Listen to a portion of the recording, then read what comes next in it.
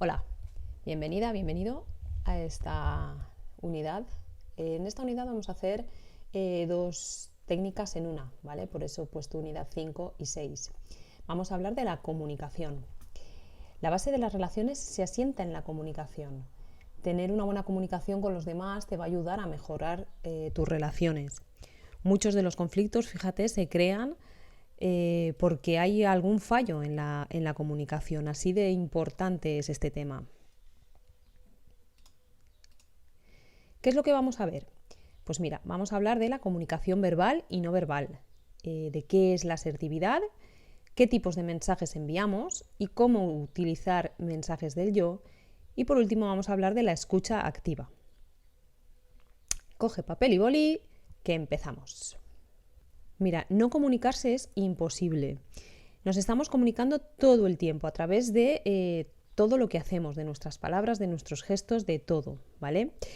Hay autores que hablan de que del mensaje que enviamos, solamente un 7% lo enviamos con nuestras palabras. El resto, hasta un 93%, lo hacemos con el lenguaje no verbal.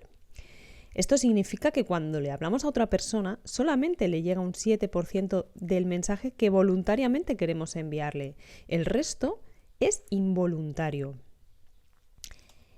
Vale, ¿y qué es la comunicación no verbal? Pues cosas como la mirada. Por ejemplo, si miras a tu interlocutor a los ojos o no lo miras. Tú piensa cómo te sientes cuando alguien te está hablando y no te mira a los ojos. ¿Qué te transmite esto? Pues probablemente o pienses que es muy tímido o pienses que te está mintiendo, según el contexto, según lo que conozcas a la otra persona. Pero en todo caso es algo que incomoda bastante. Y cuando te escucha, ¿qué sucede si no te mira? Pues lo primero que piensas es que no le interesa lo que te está diciendo. Pues todos esos son mensajes no verbales que nos llegan a través de la mirada. La expresión de la cara. Para lograr una buena comunicación es importante que la expresión facial esté de acuerdo con el mensaje que se quiere transmitir. Piensa en alguien que te está hablando con una sonrisa en la boca, pero con el ceño súper fruncido. Es decir, amable por fuera, pero sintiendo un gran enfado por dentro. Se nota, son cosas que se notan en la cara, en la expresión. Con la postura y los gestos pasa un poco lo mismo. La postura del cuerpo ha de ser congruente con el mensaje para lograr una buena comunicación. No es lo mismo tener una postura cercana, relajada, que una postura tensa o abatida. En cada una de ellas estamos transmitiendo un estado interno totalmente diferente. Los gestos, igual, si hay una gesticulación excesiva, puede resultar raro o forzado. Si no existe gesticulación, pues el mensaje no acaba de llegar igual. El volumen, el tono, la fluidez, la claridad del habla también forman parte de lo que llamamos lenguaje no verbal. Todo esto hace referencia al cómo se transmite el mensaje. Recuerda que el cómo es muchas veces más importante que el qué. Lo que crea y destruye las relaciones no es lo que se dice, sino la manera de decirlo. ¿Y cómo podemos comunicarnos bien? Pues mira, según Castañer, la asertividad es la capacidad de autoafirmar los propios derechos sin dejarse manipular y sin manipular a los demás. En cuanto a formas de comunicarse, nos encontramos con tres tipos de personas: agresivas, sumisas y asertivas. Aunque todos tenemos un poco de todo, entiéndeme. Aquí hablamos de tendencias, ¿vale? Esto tenlo súper en cuenta. Las personas sumisas, pues mira, son aquellas que tienen conductas que no se saben defender, ¿vale? No quieren molestar, no quieren ofender a los demás, suelen ser personas muy sacrificadas, que solamente les importa lo que piensen los demás, no sus propios derechos ni intereses. Tiene tanto miedo al conflicto que lo suele evitar a toda costa, aunque con ello se perjudique, ¿vale? Y son personas que se suelen sentir inferiores al resto. La persona agresiva, el prototipo de persona agresiva, se defiende en exceso sus propios derechos e intereses y no tiene en cuenta los de los demás. Digamos que carece de habilidades para afrontar determinadas situaciones y piensa que si no se defiende continuamente, pues los demás se van a aprovechar, ¿vale? Suelen perder el control también y se sienten superiores a los demás. Vale, vamos con la alternativa, saludable, ¿vale? Vamos con las personas asertivas o con el prototipo de persona o de comunicación asertiva. Son personas que conocen sus propios derechos, los defienden respetando a los demás. No es que quieran ganar, sino que lo que quieren es llegar a acuerdos. Expresan sus sentimientos, sus gustos, sus deseos y saben aceptar errores y críticas y se sienten seguros para pedir aclaraciones en un momento determinado. Tienen una buena autoestima y por tanto no se sienten ni superiores ni inferiores a los demás. Evidentemente, te vuelvo a decir lo mismo de antes. Estos son prototipos y son conductas que todos tenemos de vez en cuando. Todos tenemos conductas sumisas en un momento determinado, conductas agresivas y conductas asertivas. ¿Qué es lo bueno? Digamos, pues darte cuenta de cuál es tu tendencia para que cada vez un poquito más pues vayas pudiendo tener una comunicación más asertiva. ¿Por qué? Porque es la manera en la que te vas a comunicar mejor y vas a poder mejorar tus relaciones con los demás. ¿Qué tipos de mensajes utilizamos? Para lograr una comunicación asertiva, funcional, hemos visto que tiene que haber una congruencia entre el mensaje verbal y el no verbal. Pero esto no siempre resulta fácil. Piensa en alguna vez que has intentado hablar con alguien que te causaba temor o que te sentías muy enfadado, muy molesto. Comunicarte en esta situación de manera que el otro reciba el mensaje de forma clara y conveniente es difícil, ¿verdad? Pues mira, lo que solemos hacer normalmente es expresarnos poniendo el foco en el otro, en lo que hace mal. Vamos a verlo con un ejemplo. Ana y Lucas son dos hermanos, ¿vale? Ana se siente mal porque Lucas bromea delante de sus amigas sobre sus piernas. Se siente humillada y ¿qué es lo que necesita? Pues necesita que Lucas la entienda y deje de humillarle. ¿Cuál es el mensaje tú? ¿Cuál sería el mensaje tú? Pero tú has visto lo feo que eres, te metes con mis piernas, pero mírate tu cara. Anda, calla, que me tienes hasta el moño. Por no decir otra cosa. Vale, ¿qué pasa con este mensaje? Pues probablemente Lucas se sienta ofendido y más allá de dejarla de ridiculizar, pues va a entrar en una espiral en la que cada uno ofenderá más al otro, ¿vale? Ana va a conseguir lo que quiere, probablemente no, probablemente con este mensaje no lo consiga. Sí que conseguirá hacer sentir mal a Lucas, pero esto realmente, ¿su necesidad era hacer sentir mal a Lucas o su necesidad era que Lucas dejara de molestarla? Esto no es una comunicación constructiva, no soluciona el problema, porque Ana no consigue lo que quiere, ¿vale? Ana consigue hacer sentir mal a Lucas, pero esto no le hace conseguir lo que quiere y la situación lo que hace es empeorar. ¿Cuál sería la alternativa? ¿Cuál sería un mensaje yo? Pues sería decirle: cuando bromeas sobre mis piernas delante de mis amigas me siento humillada porque no me veo aceptada tal y como soy. En este caso Lucas no se sentirá invitado al contraataque porque su comportamiento no ha sido criticado, sino que Ana le ha explicado cómo se ha sentido ante ese comportamiento. Este tipo de mensajes tienen menos posibilidades de que Lucas se sienta atacado o amenazado y es mucho más posible que colabore, ya que no se está sintiendo mal. En cierto modo son también una petición de ayuda. Fíjate la diferencia entre uno y otro mensaje, ¿vale? Vamos a ver cuál es la estructura de estos mensajes. Primero, una descripción del comportamiento. Cuando tú haces algo, lo que sea, me siento, aquí estás expresando cómo te sientes, estás expresando tus sentimientos. Y la tercera parte es la manifestación de las consecuencias. Porque tal, ¿vale? Aquí hay que ser muy honesto y decir exactamente lo que la consecuencia real que tiene, ¿vale? No inventes para manipular, porque esto no se trata de manipular, se trata de expresar cómo te sientes. Entonces, ¿qué es lo que estamos haciendo con esto? Pues estamos exponiendo a la otra persona el sentimiento que en mí produce su comportamiento, sobre todo por las consecuencias que tiene para mí. Es una manera de comunicarse con sinceridad que además no es amenazante, no es una crítica. ¿Cuáles son los obstáculos que nos encontramos para hacer estos mensajes? ¿Por qué normalmente no hacemos estos mensajes? Pues fíjate, el principal obstáculo es que estamos tan acostumbrados a mirar fuera que nos cuesta mucho saber exactamente cómo nos hace sentir una situación determinada. Es mucho más fácil poner el foco en lo que el otro ha hecho y criticarlo. Eso nos sale automático, no nos cuesta nada. Sin embargo, poner el foco dentro de mí, ver cómo me ha hecho sentir eso y por qué me ha hecho sentir así, es algo que de forma automática no nos sale y que tenemos que hacer conscientemente, porque si no, no lo vamos a hacer, ¿vale? Entonces, pararse, conectar con nuestra propia emoción, expresarla, es algo que no estamos acostumbrados, no nos va a salir de forma automática. Para emitir un mensaje yo, párate y siéntate, esto lo primero. Luego, rellena la frase, cuando tú haces algo, me siento, ¿cómo te sientes? ¿Por qué te sientes así? Las razones deben ser verdaderas, efectos tangibles y concretos del comportamiento del otro, ¿vale? Esto nos sirve para manipular.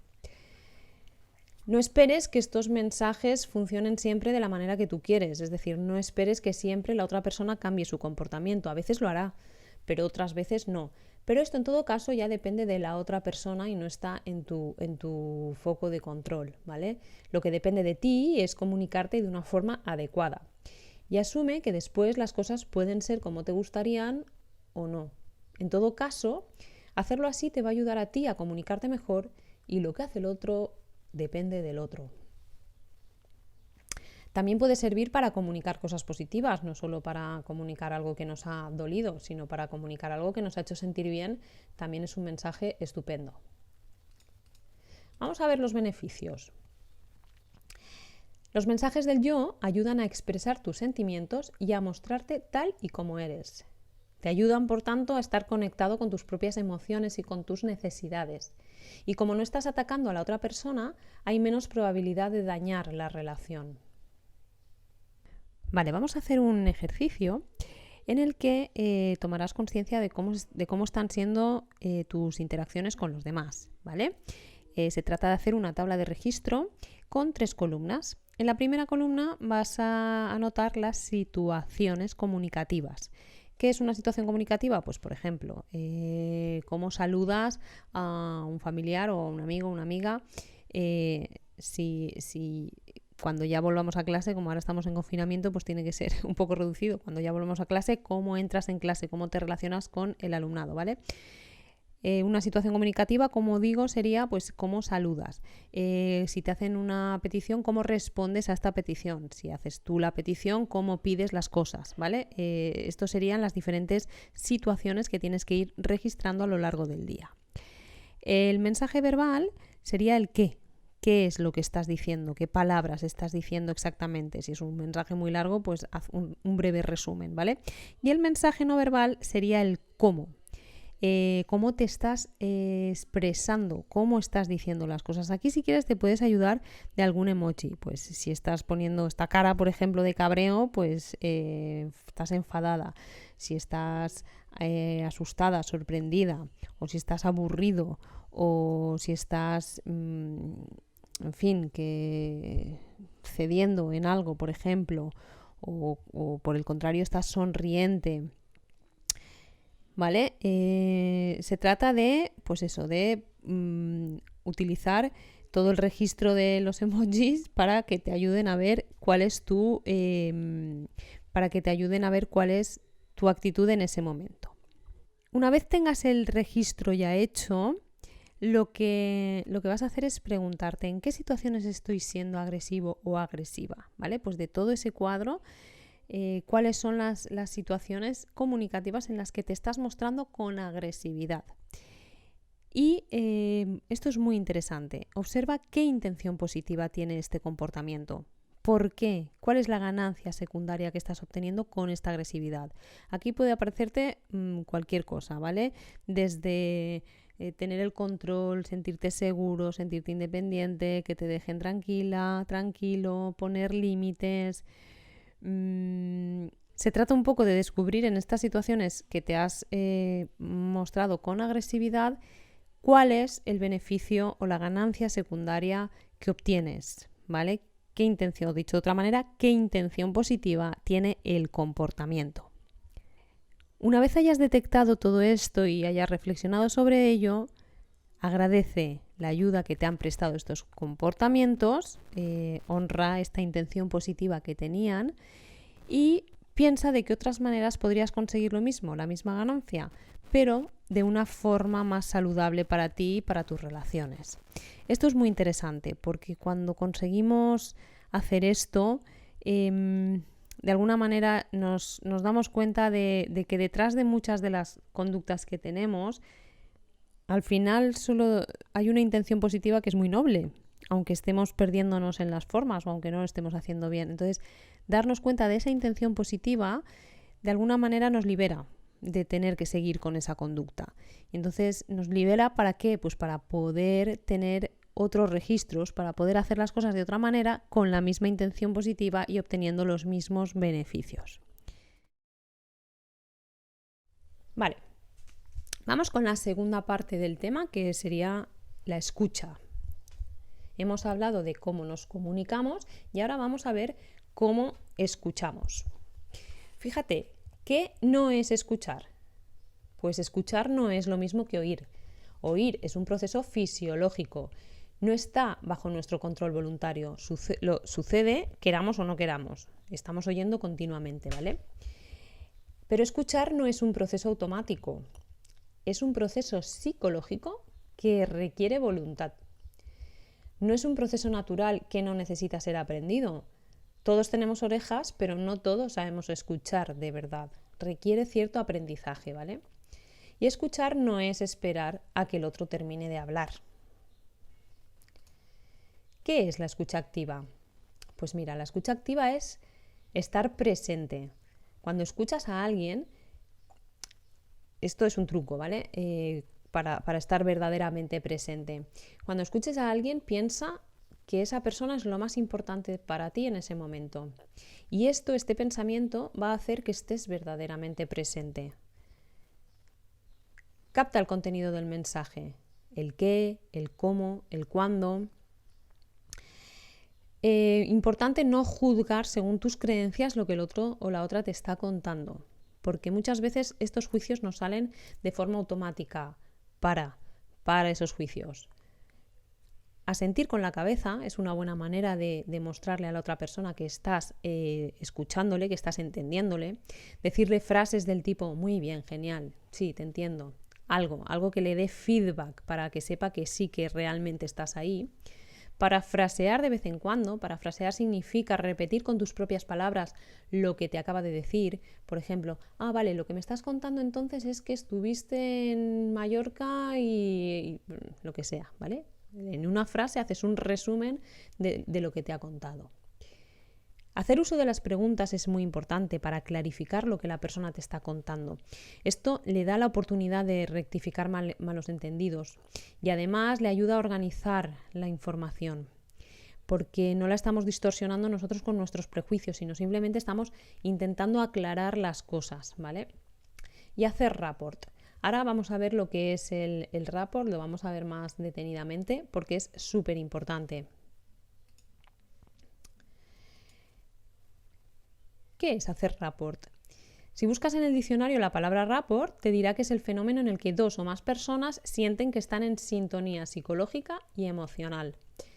Entonces, de lo que se trata es de crear el ambiente, la química, el buen rollo que te va a permitir conectar con la otra persona y tener una buena comunicación.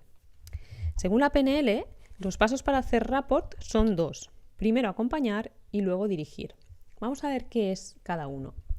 Acompañar, pues mira, básicamente consiste en que observes la postura de la otra persona y adoptes la misma postura acompañándole. Puedes hacerlo de forma directa o si no te es posible por comodidad, pues lo haces de forma indirecta, ¿vale? De forma directa sería, pues si él cruza los brazos, si la otra persona cruza los brazos, tú también cruzas los brazos.